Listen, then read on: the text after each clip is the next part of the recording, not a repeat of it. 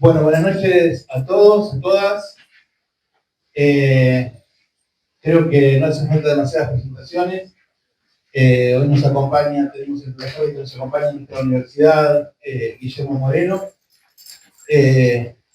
con un amplio recorrido en la administración pública.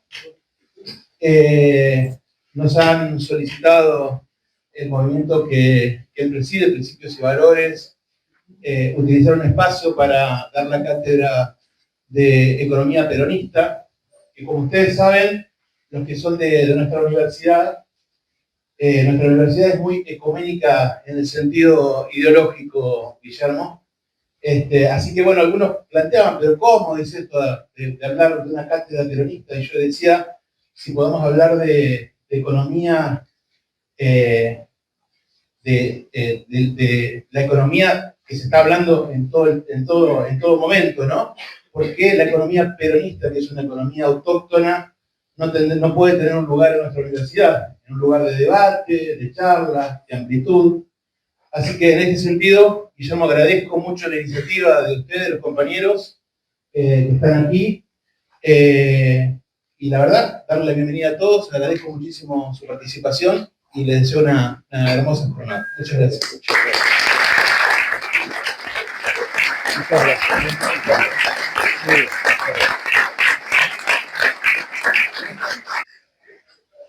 Economía peronista, como dijo el rector, un fenómeno interesante, al punto que uno podría decir que somos los únicos que no fracasamos este siglo. El país crecía con superávit fiscal, significa que entonces el que gastaba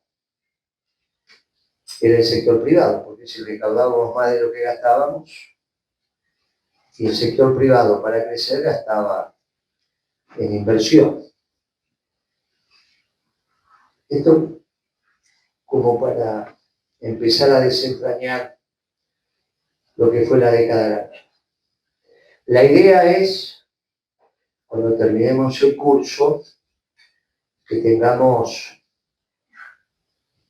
el marco teórico que guía el accionar de los economistas del peronismo, que se fue construyendo a lo largo de décadas. Es una estructura de pensamiento que se transforma en acción, pero que tampoco es cierto que se deriva del plan quinquenal. Sería osado decir eso en la universidad. El plan quinquenal son una serie de obras, casi que es un plan de obras públicas. Economía peronista, entendida como el diseño de la macroeconomía en un gobierno doctrinario, se fue construyendo y alcanzó quizás cierta formulación teórica este siglo. Tuvimos distintas generaciones de economistas que nos fuimos encontrando y que obviamente ahora hay economistas jóvenes que nos están siguiendo a nosotros. También es cierto que la universidad es un hecho, la facultad es un hecho extracurricular todavía, producto del funcionamiento de la propia academia. Hay obviamente una excepción que nos permite esto. Todavía no hemos penetrado como nos gustaría, pero parte de esto es el ejercicio de perseverar en hacerlo. Ustedes piensen que en general no hay debates entre los economistas del pensamiento nacional y los globalizadores. No lo suele haber, sean liberales, sean marxistas, sean socialdemócratas, neoliberales, no lo suele haber. Esquivan el debate. Y nosotros ofertamos claramente esa posibilidad.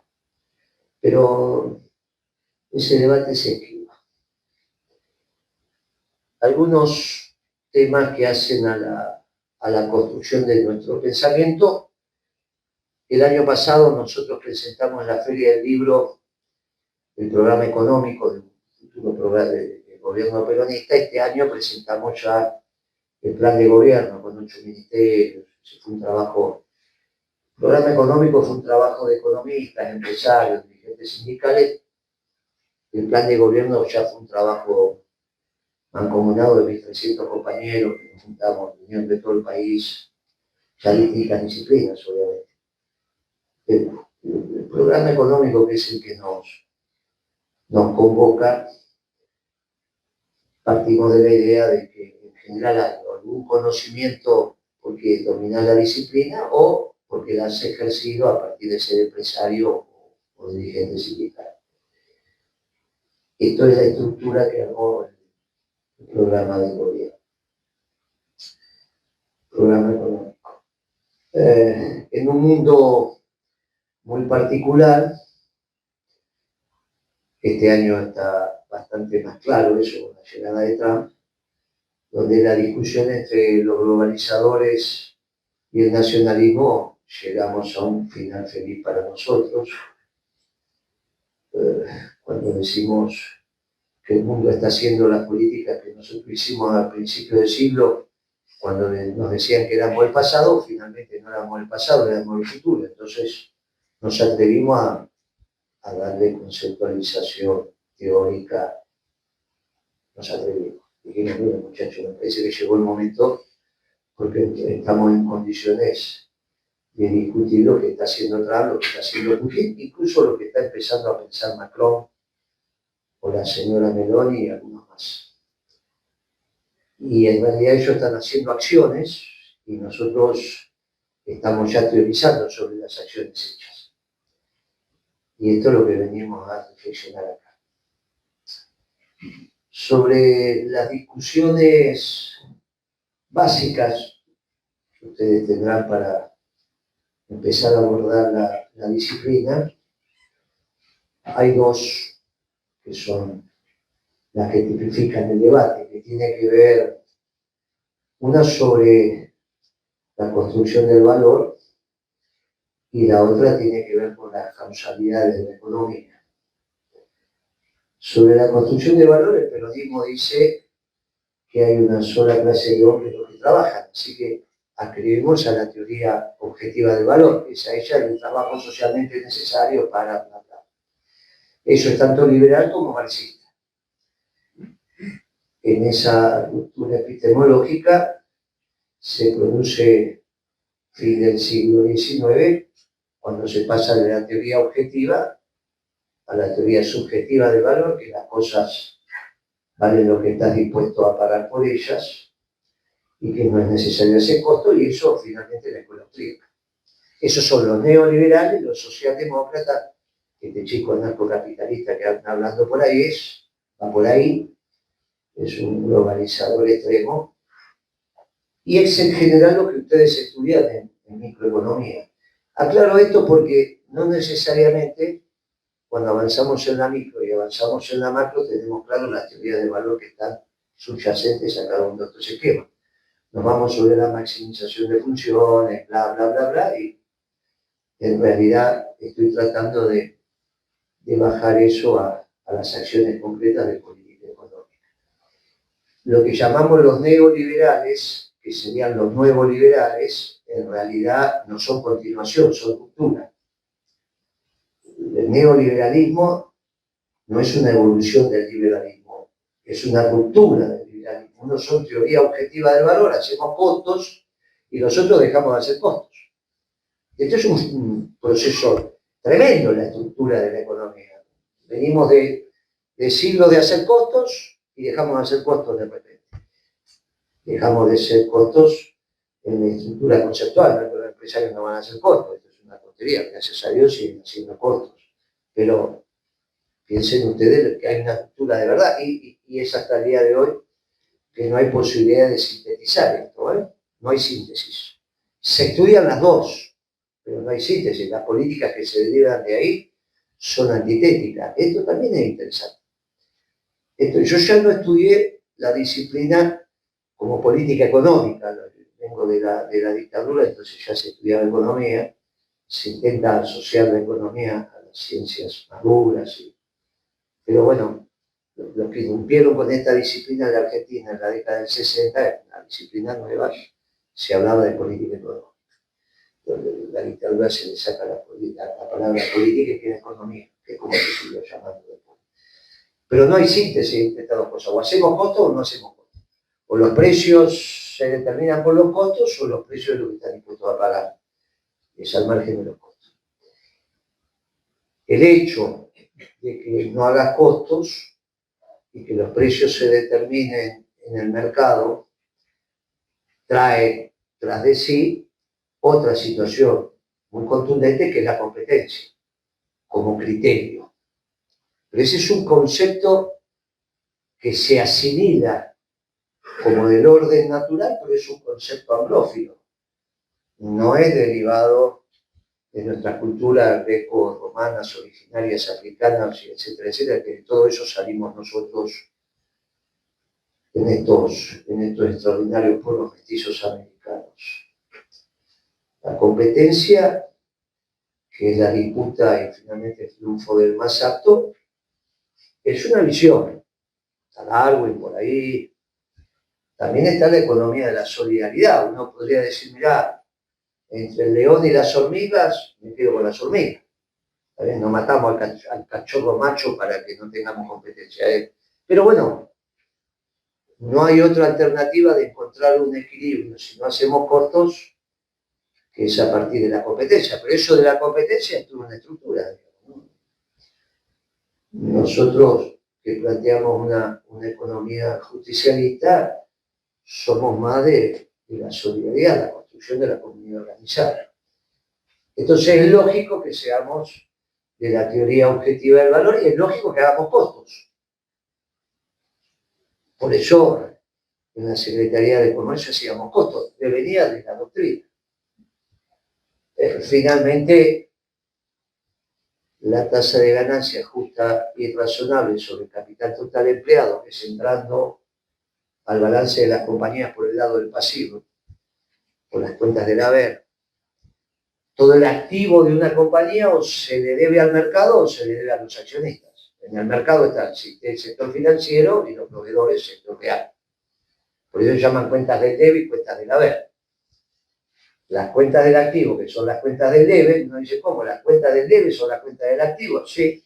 ¿A quién se le debe? Al pasivo y al patrimonio. Las cuentas del haber son lo que le debemos al mercado, que es el pasivo, y lo que le debemos a los accionistas, que son los que ponen la primera moneda. Nos juntamos, ponemos plata, eso es capital, una cuenta del haber, patrimonial, y va al activo a la cuenta caja, que es la que depositamos en el Banco Nación, y ahí empezamos todos los trámites, y yo para X cantidad de plata. Bueno, ahí tenemos la partida doble, que obviamente es una técnica contable que no vamos a estar, sino una técnica que está muy bien de registración, la registración de la partida doble. Esto, que parece una tontería, no es una tontería. Muchos economistas descreen o no tienen una formación contable, no tienen asimilada la estructura de la partida doble y piensan que puede entrar plata prestada por el Fondo Monetario Internacional, se registra en el Banco Central o va al Tesoro y después el Tesoro la deposita en el Banco Central y de repente la plata se fuga. Y decimos, no, pero hay que hacer una investigación porque hay fuga de capitales. Y tenemos un IVA, entonces no está la partida doble. ¿Cómo es que se fuga plata y no queda registrada? Se lleva bolso de plata, es una cosa. Pero hay un concepto más complicado todavía. No, lo que pasa es que tenían pesos y compraron dólares. Y cuando tenían pesos, si es de la caja, y la caja es la contrapartida de las acciones, la plata depositada de carácter de acciones, era capital. O cuando tenemos pesos no es capital y cuando tenemos dólares es capital. Esto lo digo porque en general interactuamos con la política muy intensamente, pero no se termina comprender esto y es difícil. Estos debates terminan siendo debates complejos que después aparecen por la televisión, confunden, hacemos consignas. Y también esto es para despejar en el mundo de la política que hay que hablar de lo que más o menos dominamos. No digo que hay que hablar de lo que más o menos se domina. Y por eso la facultad de la universidad contiene un rol fundamental. Al menos para saber lo que no sabemos, y entonces de eso no hablamos. Después, si sabemos lo que pensamos que sabemos, es otra discusión, pero al menos hablamos de lo que sabemos. Hay discursos, ¿no? Hay aperturas de sesiones en el Honorable Congreso donde escuchamos asolados algunas cosas como si no existiera la partida doble. Es una cosa notable. La anécdota de esto de la fuga de capitales es Redrado y Melconian. Redrado, presidente del Banco Central, Melconian por afuera. Los dos se ponen de acuerdo para asustar a Kirchner diciendo que teníamos superávit comercial y los dólares no estaban, que se estaban fugando. Bueno, fue un debate muy intenso en el gobierno. Obviamente privó la técnica y se terminó ese debate. Pero si no hubiesen privado la técnica, teníamos un lío bárbaro. En nuestro gobierno era exitoso, estábamos creciendo y se fugaban capitales. Una cosa, no estaba pasando eso. Y entonces te puede llevar a malas decisiones, horribles decisiones. Por ejemplo, te puede llevar al cepo. El no dominio de estas categorías te lleva al cepo y después se nos armó un lío tremendo. Y, muchachos, el dominio de ciertas cuestiones técnicas tiene su encanto, nos evita que hagamos líos, nos evita que hagamos. Cuando un gerente, un CEO, el dueño de la compañía, lo que sea, ve que va a tener problemas financieros para pagar, lo primero que le hace es al gerente de compra, si es que lo tiene, o al que compra, ¿verdad? Para las compras. No hay que dice, seguí comprando y yo después no te pago. El cepo es no pagar. Lo que hay que hacer es parar las compras. Eso fueron las de Hart. Las declaraciones jurantes era que no entrara la mercadería, no que entrara y después no pagar. Porque de hecho no hay de buen nombre de negocio. Si vos no vas a poder pagar porque te das cuenta en tu cash flow que vas a tener problemas para pagar, no comprás. Y entonces fue lo que hicimos, administramos el comercio exterior para no tener problemas en la gerencia financiera. La gerencia financiera que el Banco Central decidió no pagar, se murió, bueno, pagadas. Pero terminamos después con un lío pagada, no teníamos ningún problema muy grave. Digo que el dominio de estas cosas nos permite tomar buenas decisiones para los que alguna vez sean funcionarios y que tienen esa vocación. O no, igual recomiendo que no seamos funcionarios antes de pasar por el sector privado, porque es donde se aprende esto. Esta joda que yo hago de que hay muchos economistas que no saben la diferencia entre remito y factura, no es joda porque se aprende en la calle. O sea, ¿dónde vas a aprender la diferencia? No va a venir aquel, esto es una remito y una factura, esto no existe más. O sea, esto se aprende en la calle. Entonces es importante tener una trayectoria en lo privado, que para el peronismo eso no es problema, porque en realidad nosotros somos de la idea de un gobierno esclavo de un pueblo libre, y donde el Estado no es más que un ordenador de la cosa pública atendiendo al bien común, y tenemos muy claro que la riqueza y los ingresos que de ahí se derivan se hacen en el sector privado. Entonces, somos defensores del sector privado, Kirchner y nosotros, a pesar de que somos defensores del sector privado, ¿no? Lo entendemos bien. Si no seríamos estatistas, y no lo somos. Para eso están los marxistas, no nosotros. Bueno, es un lío, nos acusan de todo al mismo tiempo y resulta que vienen tantas trompadas al mismo que a veces no podemos defender, y aparte no tenemos buena prensa, y aparte somos mal arriados, y aparte, bueno, en síntesis, para empezar, Somos de la teoría objetiva del valor porque hay una sola clase de hombres que trabajan. Y para nosotros ser un trabajador, pues es calificado, no calificado. Hay una sola clase de hombres.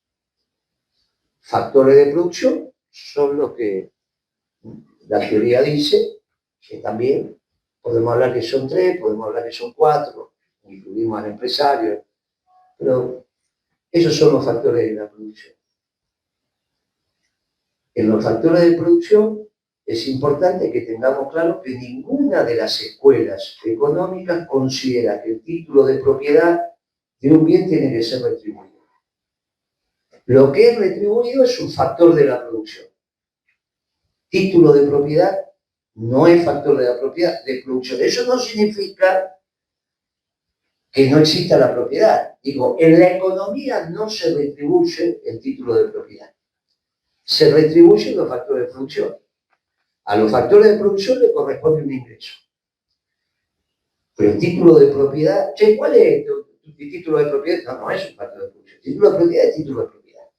La capacidad de usar ese bien, de poseerlo, pero no es un factor de la producción. Muy importante para el sistema capitalista que esto lo comprendamos. Entonces, nos hace un lío bárbaro cuando nosotros decimos que somos capitalistas en la producción, justicialistas en la distribución. No, pero no puede ser porque no. Oye, nosotros somos capitalistas en la producción en cuanto a entendemos que el modo de producción capitalista, en una discusión que costó mucha sangre y algunas décadas, ha demostrado su eficiencia. No en la distribución. Ahí es donde aparecemos diciendo algunas otras cosas. Por eso no tenemos problema con el título de propiedad. No nos metemos con los títulos de propiedad. Nos metemos en el circuito donde la mercancía pasa de mano en mano. Y ahí sí, porque tenemos que equilibrar la cancha. En síntesis, somos teoría objetiva del valor. ¿Cuál es la causalidad básica de la economía? Bueno, esa tampoco tiene síntesis. Si la demanda determina la oferta o la oferta determina la demanda. La historia de que vos te dedicás a hacer pan, sos panadero, y entonces demandás zapatos, carne y todo lo demás, la oferta determina la demanda. Y si vos en realidad hay alguien desde la demanda que va a consumir pan, carne, ¿no? Es que vos vas a fabricar el pan para ese que lo está demandando. Sentido común diría que es esto último.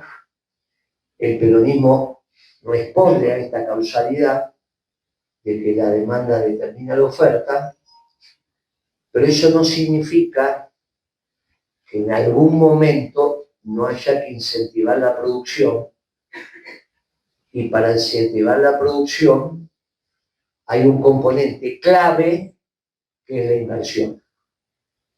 Lo que pasa es que la inversión es un componente de la demanda. La inversión, cuando uno la empieza a hacer, demanda ladrillo, demanda la tierra, demanda trabajo. En el ciclo de la inversión, mientras se desarrolla la inversión, la economía demanda. Al ciclo siguiente es oferta. No es que porque uno incentive la inversión cambió la causalidad. Esto también es importante.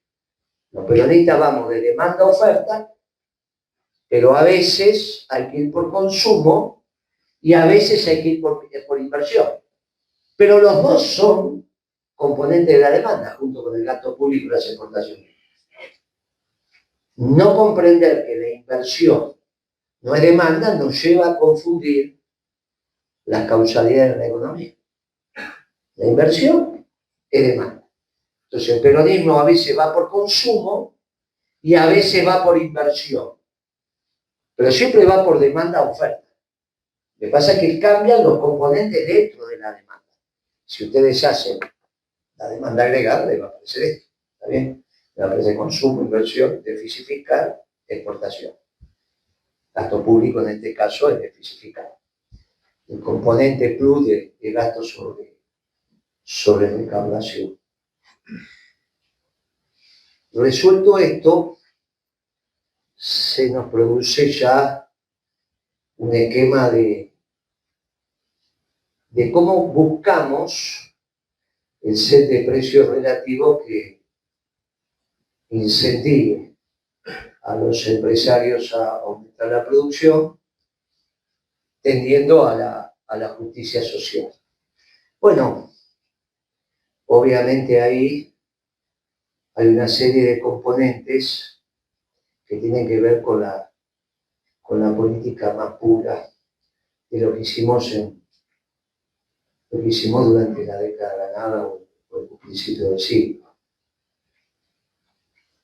Y sobre todo que ahora está adaptando ya casi un esquema de marco teórico global donde Trump tiene mucho que ver con esto.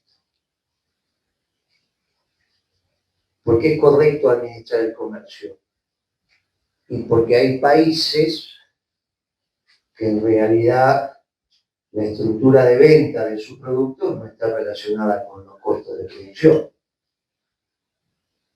La estructura de venta, eso no significa que no hagan costo, pero la estructura de venta no está asociada a los costos, lo cual esas políticas de dumping son también políticas que se utilizan en competencia entre negocios, digamos.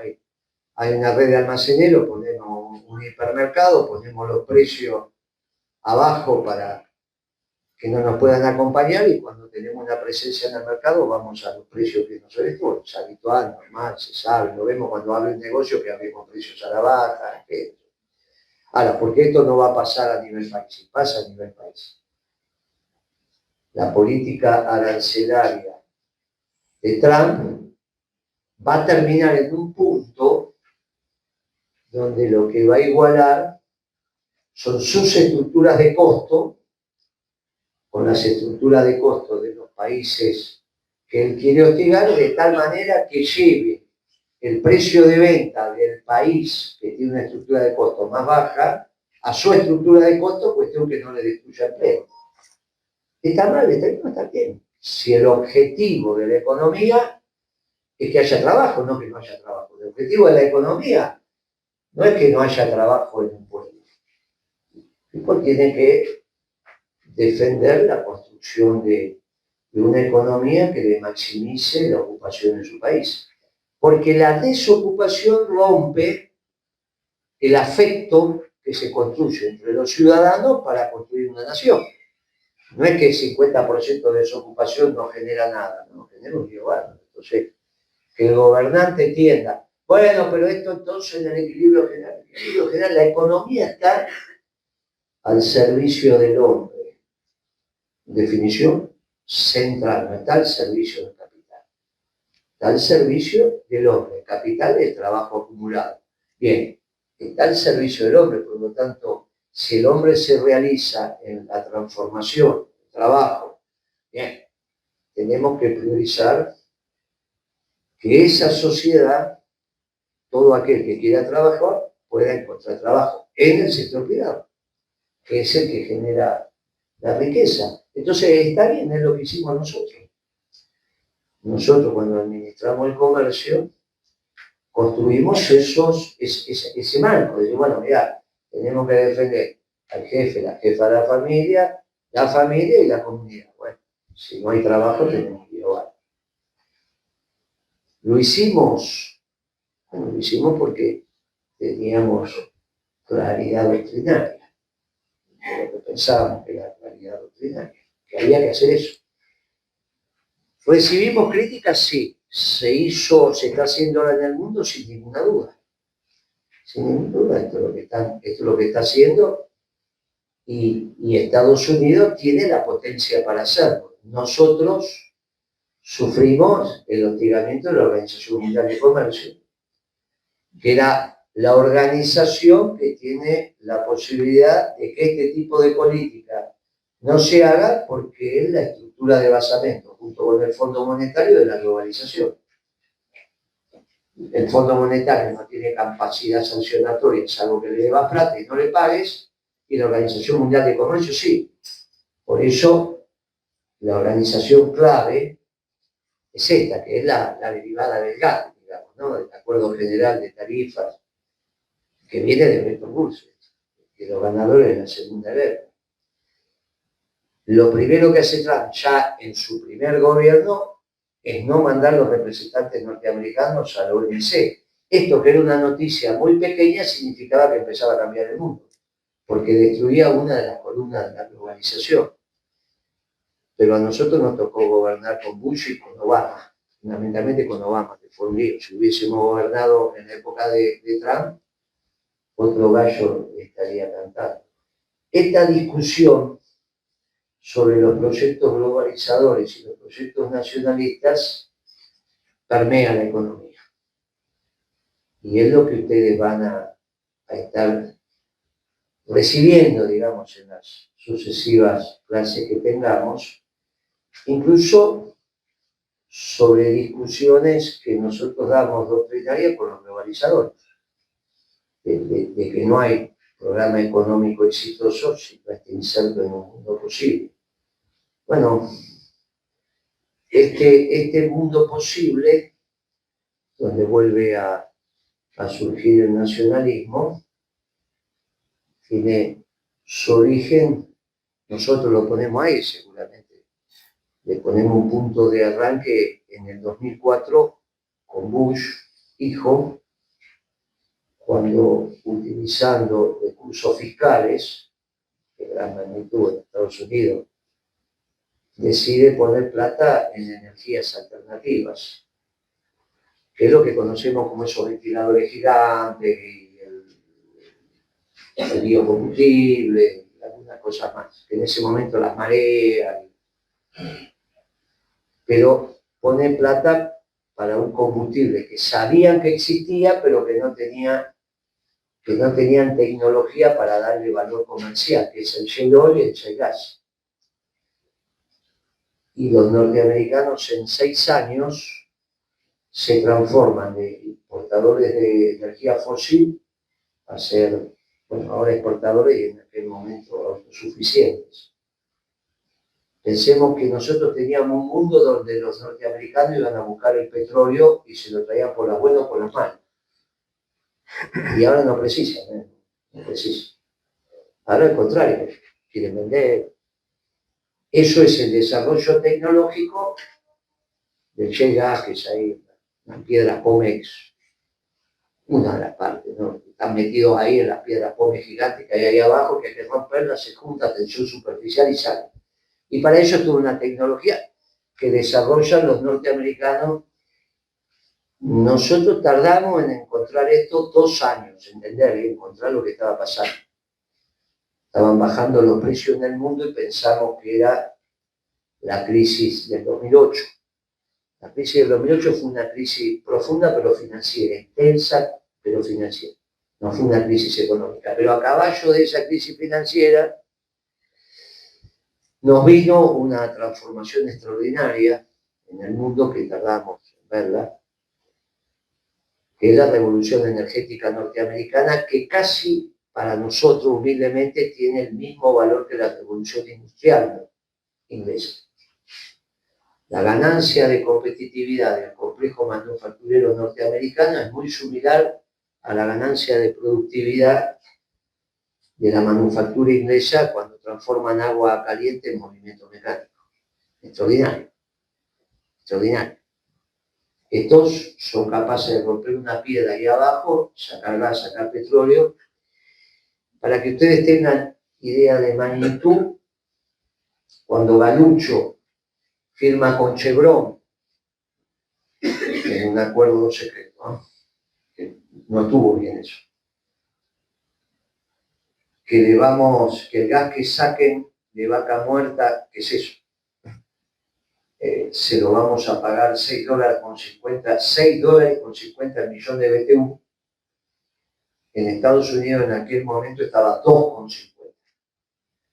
Si aparte de ser un pueblo organizado, tener la tecnología de punta, le damos energía más de la mitad más barata, muchachos, que nosotros no queremos sin manufactura, es una cosa lógica. Tuvimos la discusión con Galucho, la tuvimos, la perdimos. Entonces nos quedamos sin fabricar ni arandelas nuevamente. Por eso cuando hablamos de la burguesía nacional y esto, bueno, también le tenemos que dar las condiciones para.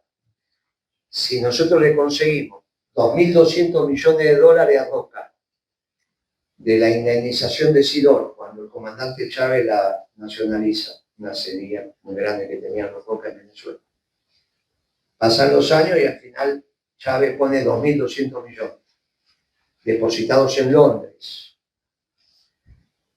De esos 400 millones vienen y hacen un tren de laminado en Campana, Zárate. 1.800 millones es la planta que inaugura Macri en Houston, donde hace tubos sin costura que compiten con los nuestros. Son los de 3 pulgadas, que son los que se mandan abajo para sacar el petróleo. Bueno, si vos le vas a dar en el largo plazo el gas mucho más barato, ¿qué es el acero? Bueno, finalmente carbón, hierro y energía, una olla Marmicop muy especial, pero no deja de ser, una vez que tenés la olla, carbón, hierro lo tomamos a precio y lo que hace la diferencia en energía. Los chinos el carbón y el hierro lo tienen de Australia, la energía la traen fundamentalmente, o pasa por Birmania, que es la que viene del Medio Oriente, o de Rusia, de la Federación Rusa. ¿Por qué tienen el acero tan barato? Bueno, porque el Estado decide que ese es el precio de venta y todo lo demás es un problema de subsidio. Ellos tienen derecho a hacer eso. ¿Cómo pudieron funcionar con tanto subsidio, tanto tiempo? Bueno, hay una tasa de ahorro en China que está cerca del 40% de ingreso. Con lo cual, si vos le das plata a los chinos, sabés que de cada 100 que le dé, 40 lo van a ahorrar. Por lo cual, tanto, si yo ahora reparto plata acá y le digo no la gaste, no tengo ningún inconveniente. El problema es si la gasta. Si no, tiene el papelito de colores que guarda. El problema de la plata no es la emisión, sino cuando la gastás. Si vos la emitís y te la guardás, por eso el deterioro de nuestra economía comienza en los 60, cuando se acelera la inflación y dejamos de ahorrar en dólares. Primero, dejan de ahorrar en dólares los inversores más calificados y ahora el pueblo en general, todo el mundo. Lo vimos en el 2023, si a uno le sobró un manguito iba corriendo a comprar un billete, y no está mal, muchachos, ya somos una economía bimonetaria, que no hay muchas en el mundo. Diría que somos casi una singularidad y por lo tanto no hay manuales de política monetaria en economías bimonetarias. Por eso están haciendo este mamarracho que hacen. No es que rápidamente un tipo sale y puede hacer una política monetaria para una economía bimonetaria. No hay manuales. No es que vas a estudiar a Harvard, allá. Es una originalidad nuestra. Por lo tanto, diseñar una política monetaria para una economía bimonetaria es un hecho que te exige, y sobre todo te exige tener claro las causalidades de la inflación. Por ejemplo, tenemos un gobierno que dice que está bajando la inflación. Yo le digo, está bajando la inflación en pesos y tiene récord de inflación en dólares. Por eso la Argentina quedó carísima. Carísima, y ya no nos vienen turistas y todo lo que compramos ahí, nos parece regalado todo y tenemos un lío bárbaro. Vos, si vas a hacer una política de ordenamiento de la inflación a la baja, tiene que ser en pesos y en dólares. Porque si vos no la haces en dólares y los precios en dólares se te disparan, quedaste caro y es un lío que tenés acá. ¿Qué es lo que estamos viendo? Estos son unos mamarrachos. No han estudiado, no lo han estudiado, no saben. No tienen capacidad intelectual para entender estas cosas. No se han dedicado a estudiar esto, ni Caputo ni Milei. Milei porque es anarquista y por lo tanto no estudió nunca macroeconomía, porque la macroeconomía es la economía de los países, que la ejecutan los estados, en la macro. Y el otro porque es un timbero. Ahora, si vos no estudiaste macro, no sabes el fenómeno de la inflación. No tenés. Y el otro se dedicó a comprar y vender papeles de colores, cosas, más, no tiene que ver con la economía real. La causalidad de la inflación está en el proceso de precios que se genera en la economía real. Obviamente que tiene su vinculación con lo monetario. Estos dicen, secamos la plaza, no hay peso, por lo tanto no va a haber inflación. Sí, lógico, en pesos. Hoy las empresas tienen una caída de venta pasmosa, una ruptura de la cadena de pagos, por lo tanto aumenta la deuda de las compañías, deuda no voluntaria, pero si a mí un cliente no me paga, me debe, por lo tanto aumenta la deuda de él, y yo tengo mi problema porque no puedo pagar, y a su vez sube la tasa de interés. Es una combinación espantosa. Caída de venta, sube de tasa de interés, aumento de deuda, no voluntaria en este caso, porque se está rompiendo la cadena de pago. Es obvio que decir que la economía colapsó, colapsó. No hay ninguna posibilidad de que no colapse. Porque son tres variables que son imposibles de asimilar por una empresa urbana. Alguna empresa extractivista por ahí lo puede soportar, pero una empresa urbana, que son la mayoría de las que trabajamos nosotros, es una combinación imposible. Eso vulnera el sistema capitalista, baja de venta, aumenta de deuda y sube la tasa de interés, colapsa cualquier empresa. Porque cuando bajo venta ya no puedo soportar la deuda, ni el principal, ni los servicios, y a su vez me sube la tasa de interés, con lo cual no hay ninguna posibilidad de bajar los precios. No puedo bajar los precios porque la tasa de interés no la puedo pagar, así que entro en convocatoria, tengo un lío. En eso han metido a la economía. No saben de economía, estos muchachos son bravos. Nosotros vamos a tener entonces un mundo que está priorizando el trabajo de los pueblos, y por lo tanto al priorizar el trabajo de los pueblos, hay pueblos como el nuestro que para priorizar el trabajo y bajar la tasa de desocupación no tenemos otra alternativa que convocar nuevamente a la manufactura. Hay pueblos que no son necesarios, el uruguayo, el paraguayo, el boliviano, el chileno. Los economistas de esos países no se plantean la reindustrialización, porque ellos pueden acceder a una tasa de desocupación baja con otro tipo de política, digamos. Por eso no existe el economista global.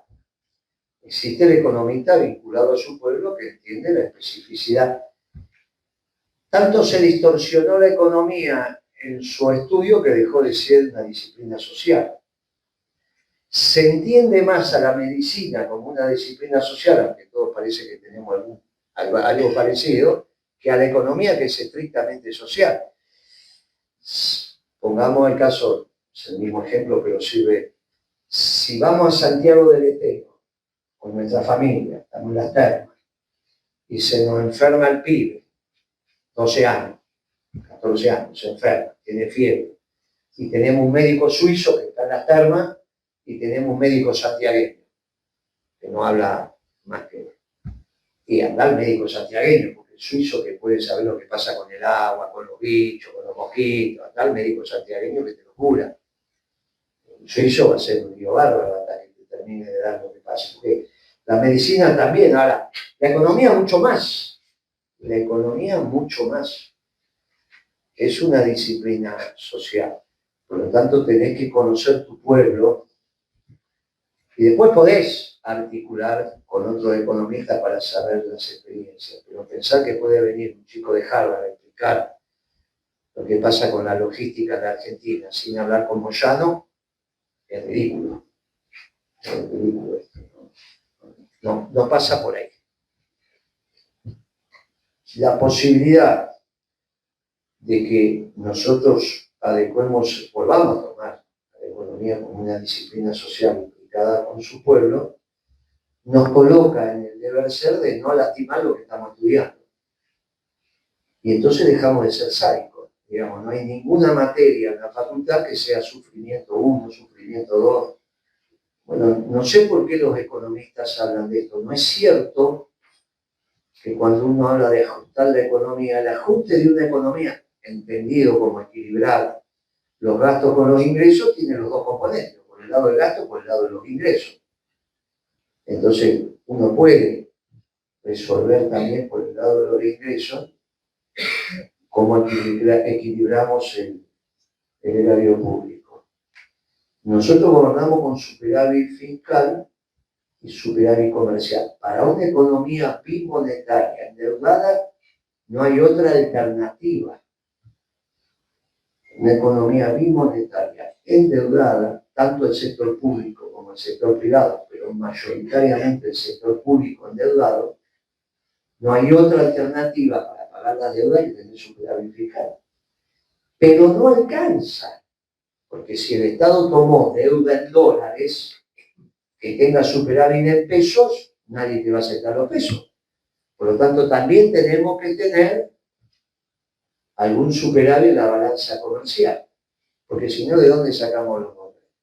A menos que nos endeudemos. Bueno, ¿hasta cuándo te vas a poder endeudar? Hasta las elecciones, bueno, está bien. No estamos hablando de esto, estamos hablando de economía y de un esquema sustentable. Esto de dividir entre público y privado tiene otra virtud que nos lleva a reflexionar si la Argentina está endeudada o no.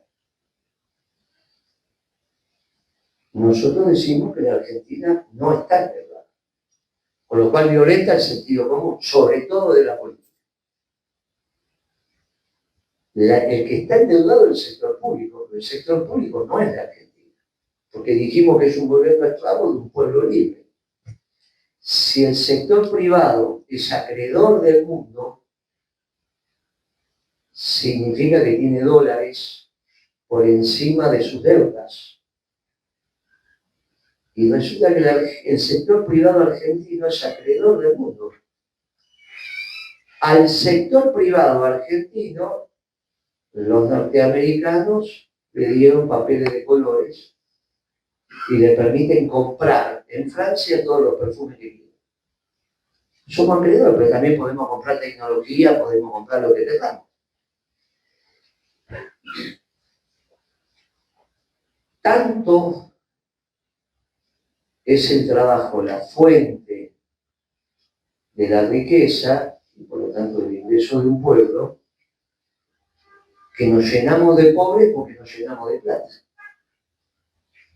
Esto es muy importante porque llegamos, por otro lado, a la conclusión que no es cierto que la plata es lo que determina la economía.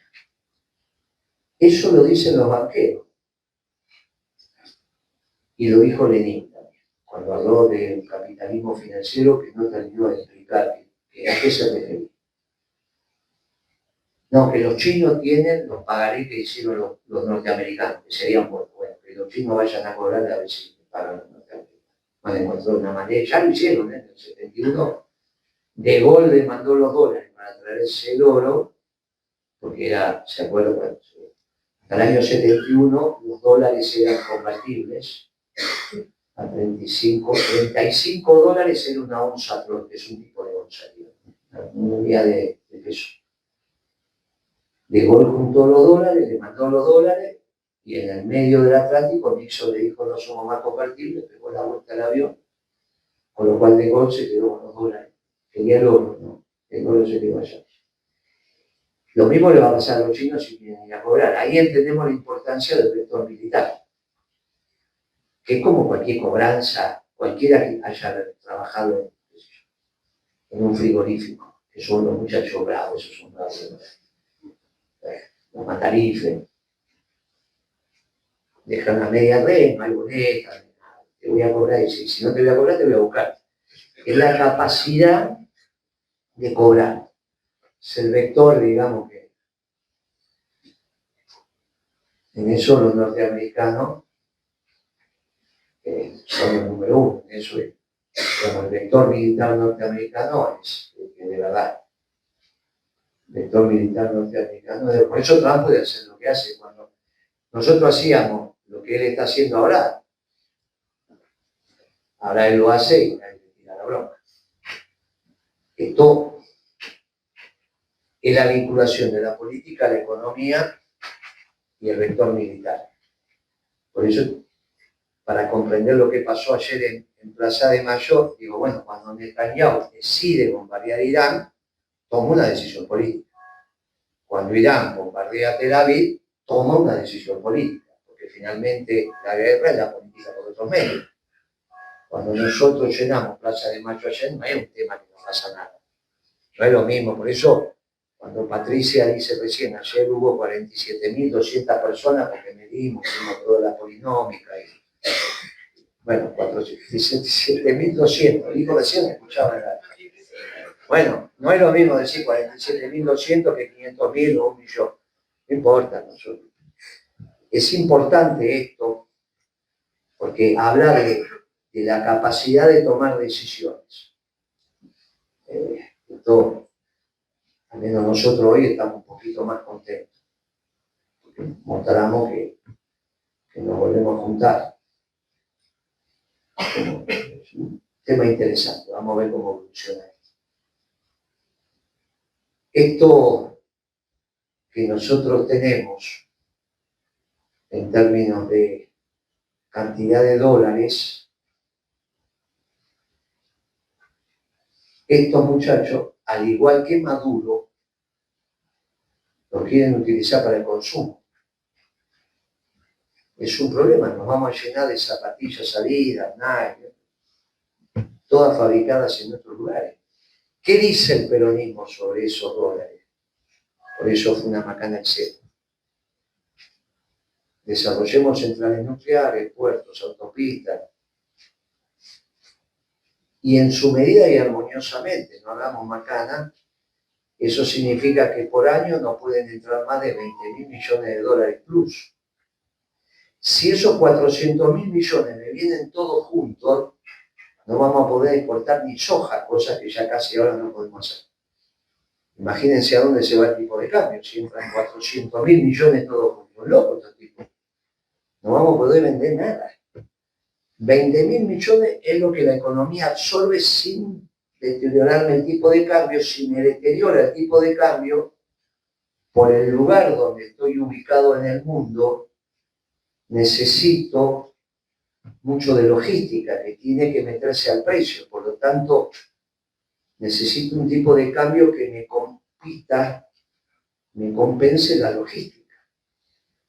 Necesito un tipo de cambio siempre competitivo. Pero por el otro lado, no me tiene que joder los alimentos. Porque el precio de los alimentos, si tiene un tipo de cambio muy alto, pues los bienes salarios me deteriora el tipo de cambio, me deteriora el salario. Cuando Bush,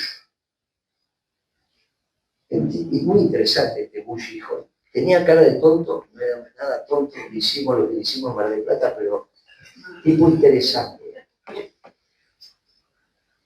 Cuando el tipo mete plata en las energías alternativas, transforma las oleaginosas en combustible. Es la última discusión de Fidel Castro por el Granma, conceptualmente profunda. Si nosotros tenemos que transformar energía humana en energía mecánica, porque el maíz nos permite alimentarnos. El biodiesel no, y el biodiesel sale del maíz de la soja. Es muy interesante ese debate. Capaz que Fidel tenía razón, pero a nosotros nos vino muy bien porque la soja llegó a 645 la tonelada, está menos de 400. En cuanto al valor de la producción argentina fue extraordinario, porque los yanquis empezaron a comprar todo el maíz para hacer biocombustible, y entonces el precio del maíz se fue y atrás la soja, que son las dos oleaginosas. El maíz también es cereal, pero las dos son oleaginosas. Sale aceite. Nos vino muy bien porque aumentó el precio de lo nuestro.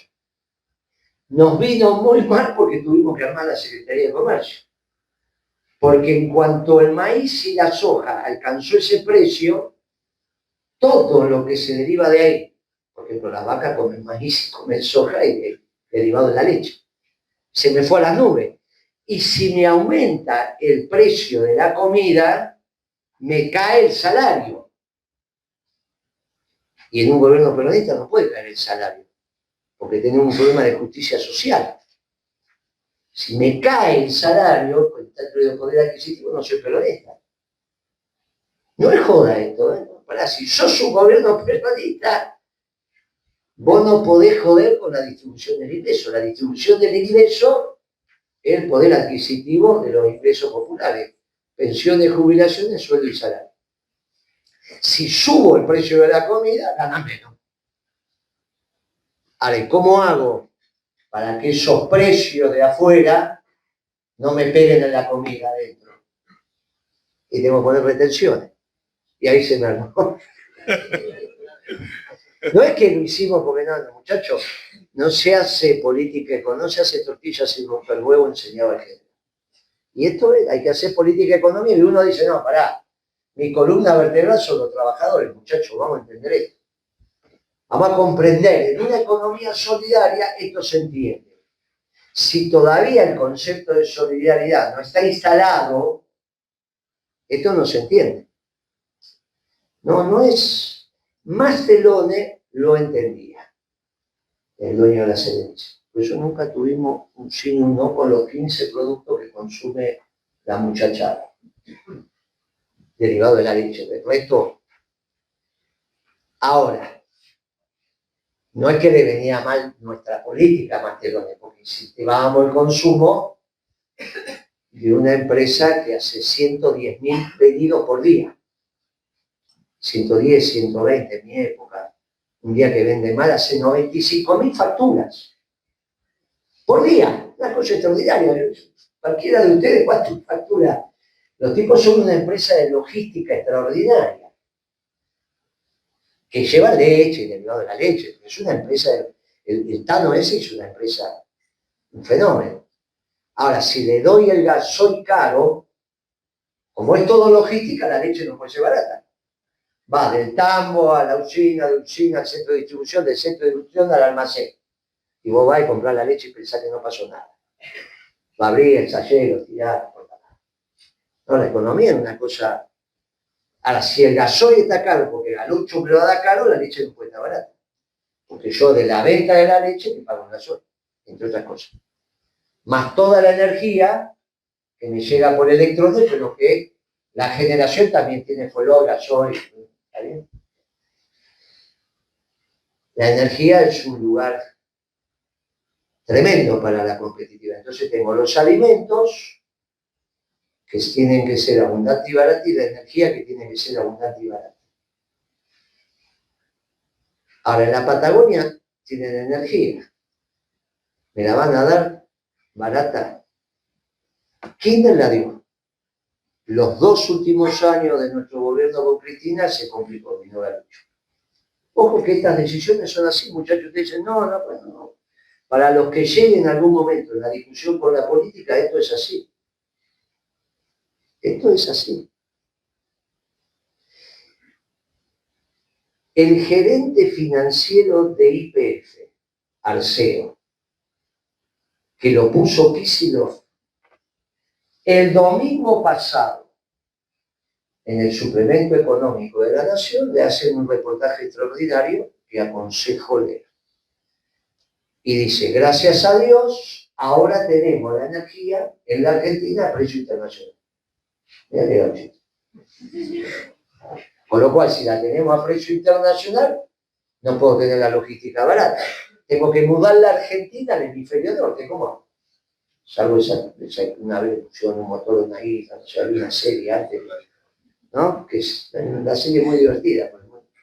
Pues me aburrió. No tenemos manera, estamos donde estamos. Entonces, el economista tiene que decir, no, mirá, negro, estoy rodeado de océano, tengo un lío bárbaro. ¿Cuánto me pueden comprar los uruguayos, los chilenos? Muchachos, tengo que compensar la logística y eso se llama energía. Y encima, el precio internacional no es el doméstico en Estados Unidos. Porque en el doméstico de Estados Unidos el gas, como sale del shale gas, es mucho más barato que el que tenemos acá. Es un lío esto. Ahora, ¿es peronista? No era peronista. Bueno, tenemos un lío. Tenemos que debatir con él. Y esta es una cosa tremenda que le va a pasar también, por eso es tan importante profundizar el estudio de la economía, porque se meten los ingenieros que le enseñan economía a partir de la maximización de la función y como los tipos dominan análisis 1, análisis 2, y piensan que eso de la economía se les arma un lío raro en la cabeza. Me pasó con nuestro secretario de Energía. Ahora, si a su vez hay economistas que abrevan ahí y dicen, no, esto es la economía y chao, nos vamos a una energía a precio internacional y tenemos lío bárbaro. Jodemos a la familia y a los trabajadores y a la comunidad por el lado de los alimentos y por el lado de las tarifas. Nos aumentan la luz, pero no hacemos costos. Tenemos lío, no sabemos por qué aumentan la luz si no hacen costos. No, porque está muy barata con eso. Esto, para el peronismo, que pone al jefe de familia, a la familia, a la comunidad en el centro, y dice, no, pará, si le damos comida cara y le damos... El origen de la Secretaría de Comercio tiene que ver con esa decisión de Bush que nos subió el precio del maíz, el precio del trigo, el precio de la soja. Eso se trasladaba al precio de la leche, la carne, el pan, blum, blum, blum, blum. Jodíamos el salario, jodíamos el mercado interno, y al no tener un mercado interno dinámico, se le iba a bajar la tasa de crecimiento. Al bajar la tasa de crecimiento, ya dejaba de absorber la mano de obra que todavía tenía desocupada, y eso no puede ser en el peronismo, porque el eje de un modelo, el esquema peronista es el trabajo. Bueno, este debate con la política no es tan fácil, porque del otro lado hay abogados, arquitectos, hay lo que hay, y los que llegan, y los que tienen los votos, y bueno, es un problema muy serio. Por eso profundizar el estudio de la economía nos permite discutir estos temas. Es muy importante para la construcción del gobierno que viene este debate, sí. Lo venimos dando hace muchas décadas, sí. Lo perdimos, sí. Lo ganamos y lo perdimos, en ese orden. Se lo ganamos a caballo, por eso se terminó la convertibilidad, y lo perdimos con la socialdemocracia. Por eso el ciclo que comienza. Ganamos y perdimos. Ganamos fin de siglo XX, perdimos mitad de la segunda década de este siglo. Ahora, después del fracaso rotundo, vuelve el debate. Che, habría que haber discutido más sobre el tema fiscal. Che, tenemos que discutir más sobre el empleo, terminemos con esto de los planes, qué es esto de los planes, de la asignación universal, que no va a haber trabajo, no la de INJOE, sino para la renta básica universal, la de lo más. Eso es lo más penetró, hay un montón de los nuestros que hablan, se terminó el trabajo. Se terminó el trabajo, entonces no hay una sola clase de hombres que trabajan. Los que trabajan es los que viven de la renta básica universal. Fenómeno. ¿De qué trabaja tu papá? No trabaja, vive de la renta básica universal porque ahora no sé qué. Y es otra manera de vivir y aparte vuelve el ocio. Fenómeno. Vuelve el ocio, pero ya no estoy sindicalizado, vuelve el ocio, pero ya no lucho, vuelve el ocio, pero no discuto. El fenómeno. Este debate y la economía cumple un rol fundamental. Todo esto se supone que son el avant-premier de lo que van a discutir cuando vengan los profesores de verdad. Hoy vino Moreno nada más. Pero van a venir profesores que se han especializado en esto. Va a llenar de fórmulas y cosas. Porque si no ponemos fórmulas, gráficos y demás, la academia no nos acepta. Pero está bien que sea así, porque entendemos las reglas del juego. Pero es importante, en la medida en que se multiplique la cantidad de muchachos y muchachas que estudian economía, nosotros podemos ir diciendo misión cumplida. Ayer con un grupo de compañeros teníamos mucha satisfacción porque veíamos un montón de pibes cantando la marcha, que no se cantaban. Éramos cabeza dura, la cantaban y estaba bárbaro, y era el viento. ¿Sí? Y es extraordinario lo que estaba pasando. Estábamos muy emocionados. Vinimos acá a tratar de que decenas de muchachos y muchachas estudien la economía desde el peronismo también, aparte de la socialdemocracia, el neoliberalismo, hay que estudiar, si no, no podemos debatir con ellos, incluso con los trotskistas, hay que debatir con ellos. Yo cuando digo que Lenin es socialdemócrata, era porque era socialdemócrata. La NEP es un esquema, la nueva política económica de la Unión Soviética en su debate con Stalin es profundamente austríaca, pero profundamente austríaca. Pero hay que leer la NEP para darse cuenta que es austríaca. El PC no la lee, esa parte no la lee. Lee el nuevo programa económico de Lenin y es austríaco. Por eso el financiamiento hacia allá se lo hicieron en la Segunda Internacional, que era socialdemócrata. Bueno, hay que discutirlo. Nosotros es extraordinario. Cuando nosotros discutimos con ellos, nosotros nos sentimos bien. Y si hay decenas de muchachos que deciden agarrar la posta y seguir profundizando, hay tanto para profundizar y tanto para escribir que es un desafío impecable. A eso vinimos, a generar la semilla de que les interese profundizar en la economía peronista. Nosotros llegamos hasta donde llegamos, ya estamos. Llegamos hasta donde llegamos.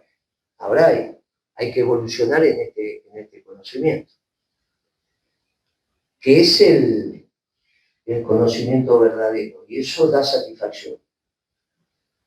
Ustedes piensen que en la globalización nosotros nos sentíamos sapos de propósito.